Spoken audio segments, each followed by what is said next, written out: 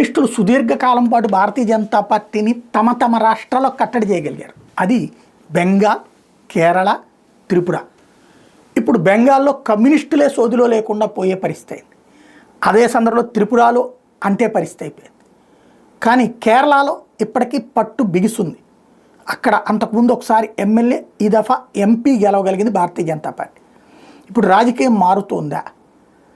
12 క్రైస్తవ సంఘాలు కలిపి ఒక వ్యవస్థగా ఏర్పడటం, వాళ్ళు భారతీయ జనతా పార్టీకి సపోర్టింగ్గా వస్తూ ఉండడం, లవ్ జిహాద్ లాంటి కాన్సెప్టులతో ప్రజల్లోకి వెళ్ళి ఇక్కడ ప్రమాదం వస్తున్నటువంటిది ఏంటంటే ఉగ్ర భావజాలంతో ఆడపిల్లల్ని లాక్కుపోతున్నారు అన్నటువంటి కాన్సెప్ట్, కేరళ ఫైల్స్ లాంటి ఇష్యూస్ని దృష్టిలో పెట్టుకుని జరుగుతున్నటువంటిది ఒక ఆస్పెక్ట్.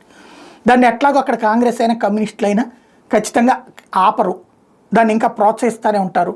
అదే అంటే వాళ్ళకి ఆ మతపరమైనటువంటి పోలరైజ్డ్ ఓట్లు పోతాయని.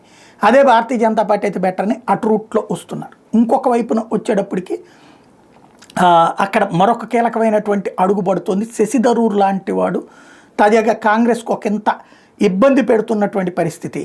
అందులో డ్రగ్స్ క్యాపిటల్గా మారుతోంది కేరళ. అక్కడ ఉన్నటువంటి యువతరమంతా డ్రగ్స్లోకి పాడైపోతున్నారు. ప్లస్ అక్రమ రవాణా జరుగుతోంది తీర ప్రాంతం అంతా లాంటివి చెప్తున్నాడు ఆయన.